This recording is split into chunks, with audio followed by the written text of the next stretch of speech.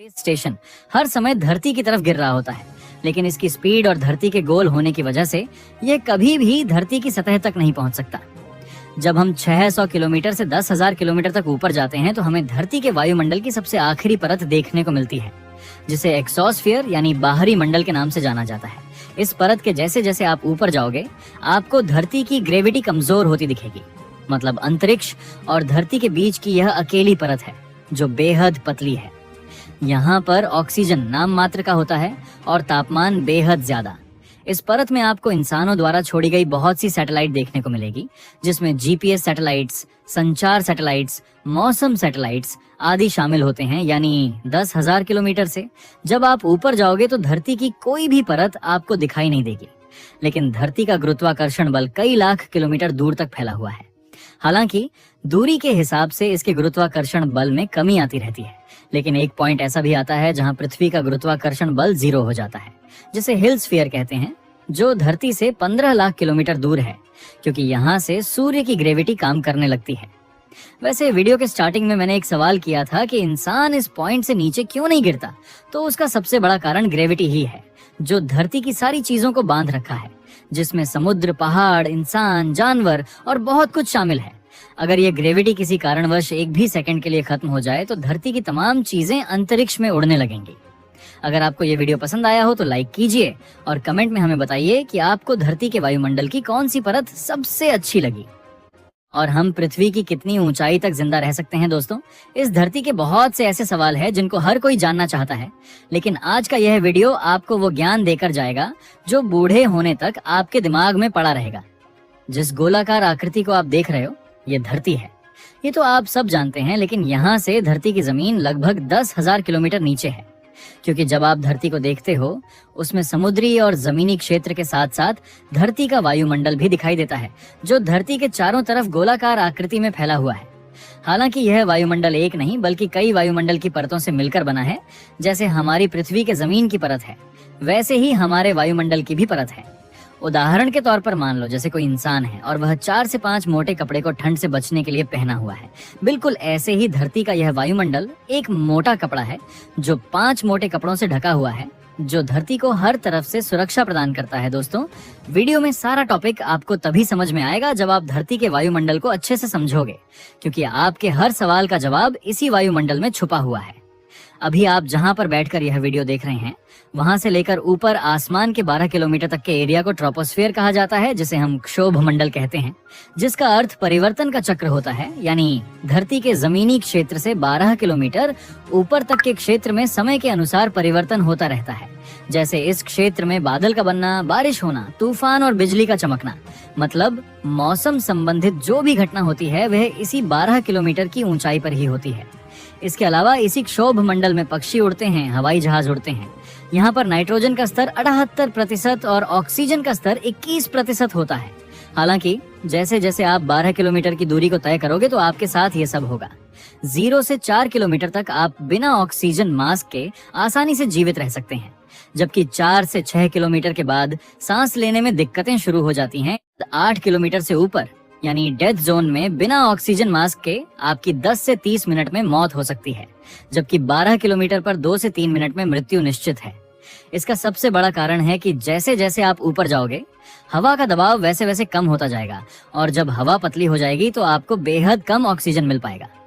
अगर जमीन पर तापमान 15 डिग्री सेल्सियस है तो 12 किलोमीटर पर तापमान घटकर -56 डिग्री सेल्सियस तक हो जाता है, और तापमान गिरने की वजह से ऑक्सीजन मिलने में और कठिनाई होती है। 12 किलोमीटर से 50 किलोमीटर ऊपर जाने पर हमें स्ट्रेटोस्फीयर नामक परत मिलती है, जिसे हम समताप मंडल कहते हैं। इसी मंडल में ओजोन परत होती है और इसी परत की वजह से हम सूर्य से निकलने वाले रेडिएशन से बचते हैं। इस परत में ओजोन गैस भरी होती है। अगर ये परत ना होती तो सूर्य हमें अत्यधिक गर्मी के साथ साथ त्वचा कैंसर, मोतियाबिंद या और भी घातक रोग को भेज देता। आप ये समझ लो कि यह परत क्षोभ मंडल का एक रक्षा कवच है। इसके अलावा इस परत में जेट विमान भी उड़ते हैं, जहां क्षोभ मंडल की परत में नीचे से ऊपर आने पर तापमान में गिरावट देखने को मिलती है, तो वहीं इस परत में उल्टा होता है, क्योंकि जब आप 12 से 50 किलोमीटर की दूरी को जैसे जैसे तय करोगे वैसे वैसे तापमान बढ़ता जाएगा और 50 किलोमीटर पर यह तापमान -15 डिग्री सेल्सियस हो जाता है।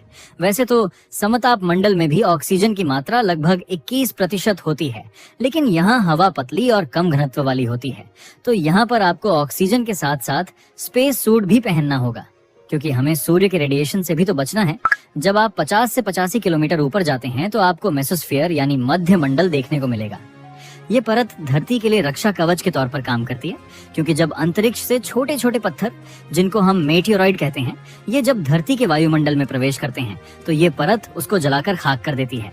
आपने कभी कभी आसमान में इस तरह की रोशनी को देखा होगा, यही मेटियोरॉइड होते हैं। वैसे आपको लग रहा होगा कि तब तो ये परत काफी गर्म होती होगी, लेकिन नहीं, क्योंकि इस परत का तापमान -90 डिग्री सेल्सियस तक गिर जाता है। लेकिन यह पत्थर लगभग 40 से 60 हजार किलोमीटर प्रति घंटे की स्पीड से गिरते हैं, तो वायुमंडल के गैसों के कणों से टकराकर यह जलने लगते हैं। इस मंडल में ऑक्सीजन का स्तर तो 21% होता है, लेकिन हवा बेहद ही पतली होती है, जिससे आप बिना ऑक्सीजन मास्क के 1 मिनट भी जिंदा नहीं रह पाओगे। इसके अलावा बिना स्पेस सूट के यहाँ वायु दबाव इतना कम होता है कि इंसान का खून उबल सकता है। मध्य मंडल में इंसानों द्वारा बनाई गई कोई भी वस्तु ज्यादा देर तक ठहर नहीं सकती। जब आप 85 किलोमीटर से 600 किलोमीटर ऊपर जाते हैं तो आपको थर्मोस्फीयर यानी तापमंडल देखने को मिलता है। यह एक अत्यधिक गर्म, ऊर्जावान और रहस्यमय परत है, जहाँ कई महत्वपूर्ण घटनाएं घटती हैं। थर्मोस्फीयर में सूरज की पराबैंगनी और एक्स-रे किरणें सीधे हवा के अणुओं से टकराती हैं। इस वजह से यहाँ का तापमान 1500 डिग्री सेल्सियस से 2500 डिग्री सेल्सियस तक पहुंच जाता है। लेकिन चौंकाने वाली बात यह है कि अगर हम यहाँ खड़े हो तो हमें ये गर्मी महसूस नहीं होगी, क्योंकि यहाँ हवा इतनी पतली होती है कि गर्मी ट्रांसफर नहीं हो पाती। यहाँ पर भी ऑक्सीजन की मात्रा 21% ही होती है, लेकिन हवा का दबाव बेहद ही कम होता है, जिससे ऑक्सीजन के कण दूर दूर होते हैं। बिना ऑक्सीजन मास्क के आप यहाँ 1 मिनट भी जिंदा नहीं रह सकते। हाँ, स्पेस सूट पहनकर कुछ समय तक आप जिंदा रह सकते हैं, लेकिन तभी तक जब तक कोई सैटेलाइट और स्पेस स्टेशन आपसे ना टकराए। मुख्य रूप से धरती के 100 किलोमीटर से ऊपर जाने पर उसे अंतरिक्ष की शुरुआत कहा जाता है। हालांकि इतनी ऊंचाई पर आप तैरने जैसा अनुभव नहीं कर पाओगे, क्योंकि उसके लिए आपको कम से कम 350 से 400 किलोमीटर ऊपर जाना होगा। जैसे अमेरिका द्वारा निर्मित इंटरनेशनल स्पेस स्टेशन 400 किलोमीटर की ऊंचाई पर उड़ रहा है। हालांकि यहाँ पर भी पृथ्वी का गुरुत्वाकर्षण बल लगभग 90% तक होता है, जिसकी वजह से इंटरनेशनल स्पेस स्टेशन हर समय धरती की तरफ गिर रहा होता है। लेकिन इसकी स्पीड और धरती के गोल होने की वजह से यह कभी भी धरती की सतह तक नहीं पहुंच सकता।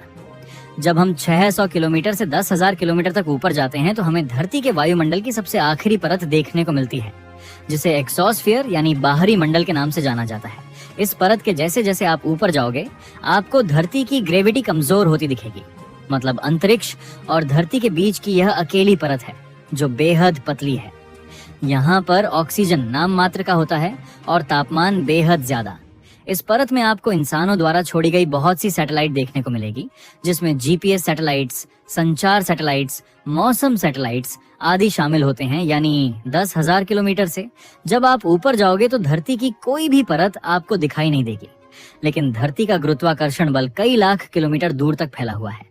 हालांकि दूरी के हिसाब से इसके गुरुत्वाकर्षण बल में कमी आती रहती है, लेकिन एक पॉइंट ऐसा भी आता है जहां पृथ्वी का गुरुत्वाकर्षण बल 0 हो जाता है, जिसे हिल स्फीयर कहते हैं, जो धरती से 15 लाख किलोमीटर दूर है, क्योंकि यहाँ से सूर्य की ग्रेविटी काम करने लगती है। वैसे वीडियो के स्टार्टिंग में मैंने एक सवाल किया था कि इंसान इस पॉइंट से नीचे क्यों नहीं गिरता, तो उसका सबसे बड़ा कारण ग्रेविटी ही है, जो धरती की सारी चीजों को बांध रखा है, जिसमें समुद्र, पहाड़, इंसान, जानवर और बहुत कुछ शामिल है। अगर ये ग्रेविटी किसी कारणवश एक भी सेकंड के लिए खत्म हो जाए तो धरती की तमाम चीजें अंतरिक्ष में उड़ने लगेंगी। अगर आपको ये वीडियो पसंद आया हो तो लाइक कीजिए और कमेंट में हमें बताइए कि आपको धरती के वायुमंडल की कौन सी परत सबसे अच्छी लगी।